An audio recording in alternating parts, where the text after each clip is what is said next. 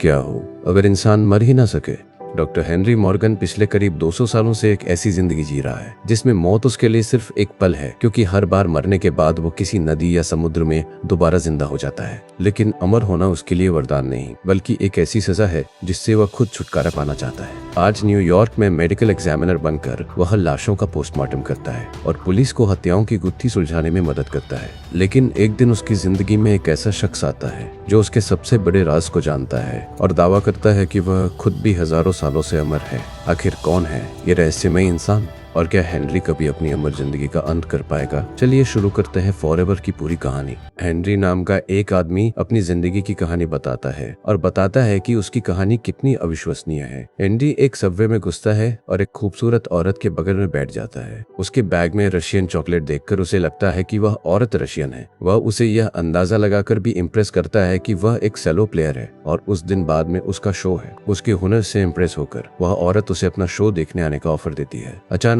एक train accident में Henry समेत ट्रेन में सभी लोग मर जाते हैं। हेनरी मोनोलॉग बोलता है, यह समझाते हुए कि उसे हर बार मारे जाने पर वापस जिंदा होने की शक्ति दी गई है। 200 साल पहले हेनरी एक डॉक्टर था जो एक जहाज पर एक गुलाम की संदिग्ध बीमारियों की जांच कर रहा था। भले ही हेनरी ने कहा कि उस आदमी को सिर्फ बुखार था, फिर भी कैप्टन ने गुलाम को जहाज से बाहर फेंकने का ऑर्डर दिया। इस नाइंसाफी से गुलाम को बचाते हुए हेनरी मारा जाता है और उसे भी पानी में फेंक दिया जाता है। लेकिन हेनरी हर बार पानी में पूरी तरह नंगा होकर दोबारा जन्म लेता है। हर जिंदगी में उसे सब कुछ याद रहता है और हर इमोशन अभी महसूस होता है। कोई ऐसे हालात में जीना कैसे शुरू कर सकता है? हेनरी नदी में जागता है, पुलिस स्टेशन पर कपड़े पाता है और उसे उसका दोस्त और रूममेट अबे ले जाता है। अबे ही अकेला है जो हेनरी की हालत के बारे में जानता है। उसी समय डिटेक्टिव जो मार्टिनिस ट्रेन क्रैश की जांच करता है, शक है कि कंडक्टर को हार्ट अटैक आया था जिससे क्रैश हुआ। लेकिन यह पक्का करने के लिए कि ऐसा हुआ है, बॉडी की मेडिकल एग्जामिनर से जांच करवानी होगी। हेनरी न्यूयॉर्क में मेडिकल एग्जामिनर के तौर पर काम करता है और जब वह कंडक्टर की बॉडी की जांच कर रहा होता है तो उसकी मुलाकात जो से होती है। वह उसके पति की मौत पर अपनी संवेदनाएं देता है और जो उसके अंदाजे से हैरान रह जाती है। लेकिन इससे पहले कि वह और पूछताछ कर पाती, हेनरी उसे बताता है कि कंडक्टर को जहर दिया गया था। अचानक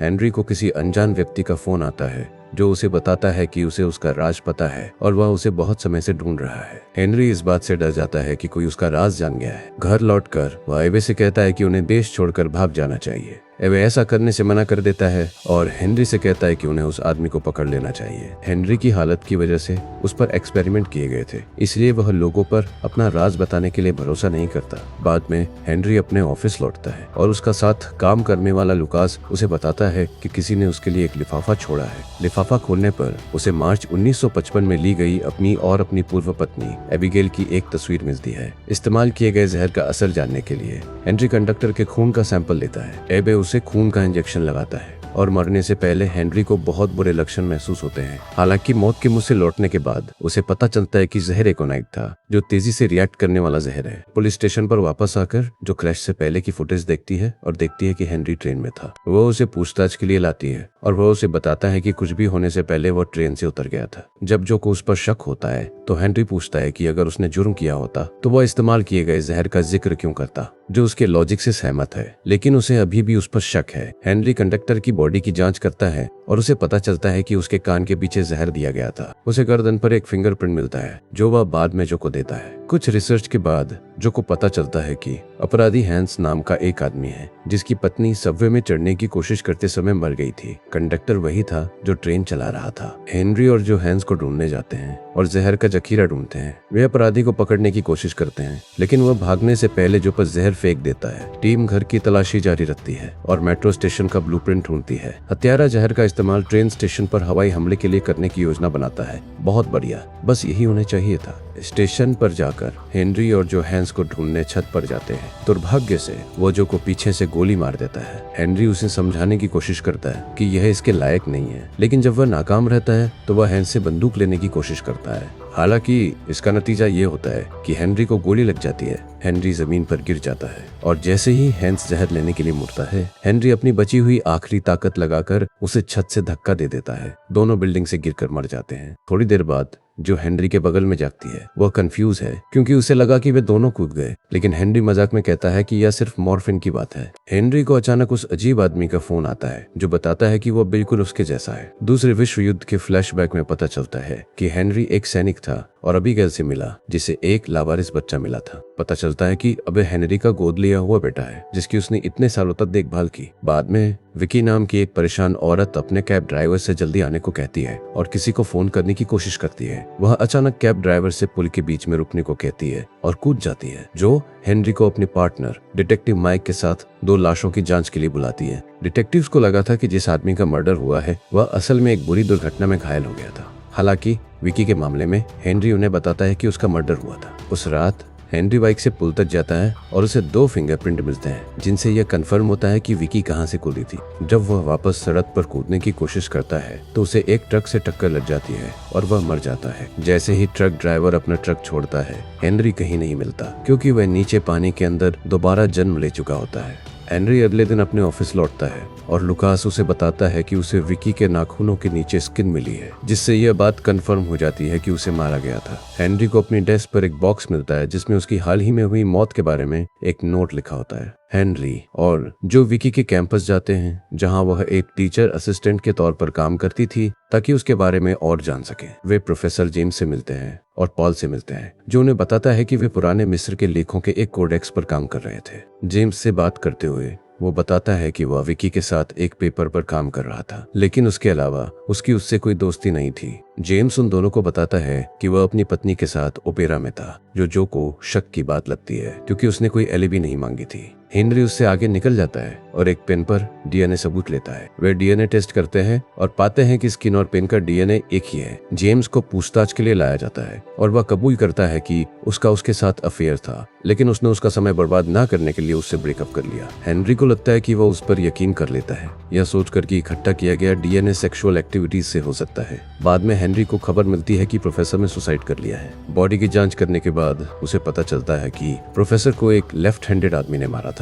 हेनरी को पता चलता है कि पेपर का क्रेडिट न मिलने की वजह से पॉल ने दोनों को मार डाला। हेनरी जानता है कि पॉल ने विकी को पुल पर फुसलाकर यह कहकर बुलाया था कि वह सुसाइड करने जा रहा है। जब वह उसे रोकने आई तो उसने उसे और प्रोफेसर को मार डाला ताकि पता न चले। अपना प्लान पता चलने पर पॉल हेनरी को चाकू से बंधक बना लेता है और भागने की कोशिश करता है, लेकिन जो और माइक उन्हें सिक्योरिटी फुटेज में देख लेते हैं और जो पॉल को मारने में कामयाब हो जाता है। उस रात बाद में हेनरी को एक रहस्यमय कॉलर का कॉल आता है जो कहता है कि हेनरी एक बच्चा है जबकि वह आदमी 2000 साल से जिंदा है। कॉलर अपना नाम एडम बताता है। 2000 साल धत तेरे की। अगले दिन एक टीनेज लड़का बिल नाम के एक बूढ़े आदमी से ब्रीफकेस चुरा लेता है। अपनी उम्र के बावजूद बिल उस लड़के का पीछा करके उसे पीट देता है, लेकिन लड़ाई के दौरान उसे खून की उल्टी होने लगती है और वह वहीं मर जाता है। अगली सुबह हेनरी और लुकास बॉडी की जांच करते हैं और पाते हैं कि बिल 67 साल के आदमी के हिसाब से मजबूत था। आगे जांच करने पर उन्हें पता चलता है कि उस आदमी का शरीर 30 साल के आदमी जैसा था, लेकिन दिमाग 1 साल के बच्चे जैसा था क्योंकि उसका दिमाग बहुत ज्यादा डैमेज हो गया था। उन्हें उसका ब्रीफकेस मिला जिसमें एक बिजनेस कार्ड था जिस पर $17,000 के साथ यूथ वाइटैलिटी विगोर लिखा था। अपराध स्थल पर जाकर वे एक महिला को देखते हैं जो ऐसी नहीं लगती कि वह पड़ोस की है और वे उसका पीछा करते हुए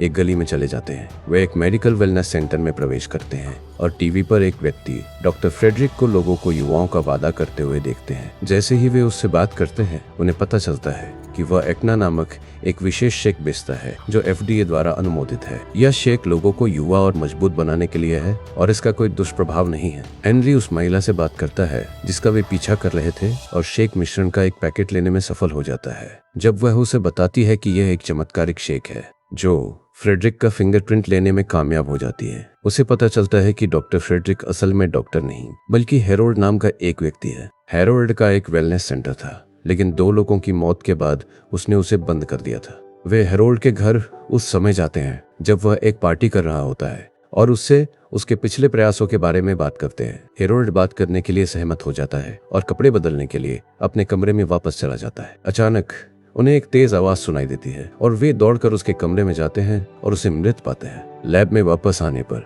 हेनरी को पता चलता है कि शेक मरे हुए लोगों के दिमाग से बनाया गया है। बनाने वाले असली और महंगे इंग्रेडिएंट्स की जगह इसका इस्तेमाल कर रहे हैं। हेनरी को पता चलता है कि लुकास की वर्कप्लेस से 2 लाशें गायब हो गई हैं और शहर से कुल 12 लाशें गायब हैं। इन लाशों का सुराग एंटन तक पहुंचता है जो शेक बनाने और हेरोल्ड की हत्या करने की बात कबूल कर लेता है। हालांकि हेनरी उसकी बात पर यकीन नहीं करता क्योंकि उसे साइंस की ज्यादा जानकारी नहीं है। हेनरी क्लाइंट्स की लिस्ट में एबे का नाम देखता है और यह देखने के लिए घर भागता है कि क्या उसने उसे लिया था। हालांकि एबे उसे यकीन दिलाता है कि उसने उसे नहीं लिया। यहाँ तक कि महिला केमिस्ट से मिलने के बाद भी पुलिस स्टेशन वापस जाकर एबे पुलिस को उस महिला के बारे में बताता है। पता चलता है कि वो एंटन की बहन है। एबे उस महिला को सबवे में जाते हुए देखता है और उसका पीछा करते हुए हेनरी को बताता है कि वह कहाँ है। हेनरी और जो स्टेशन पहुँचते हैं और हेनरी उस महिला का सामना करता है। वह महिला रोते हुए मानती है कि उसे नहीं पता था कि दवा लोगों को नुकसान पहुंचा रही थी और वह उसे नष्ट करने वाली थी। ट्रेन के पास आते ही वह पटरी पर कूदने की कोशिश करती है, लेकिन हेनरी उसे बचाने के लिए कूद पड़ता है। कुछ दिनों बाद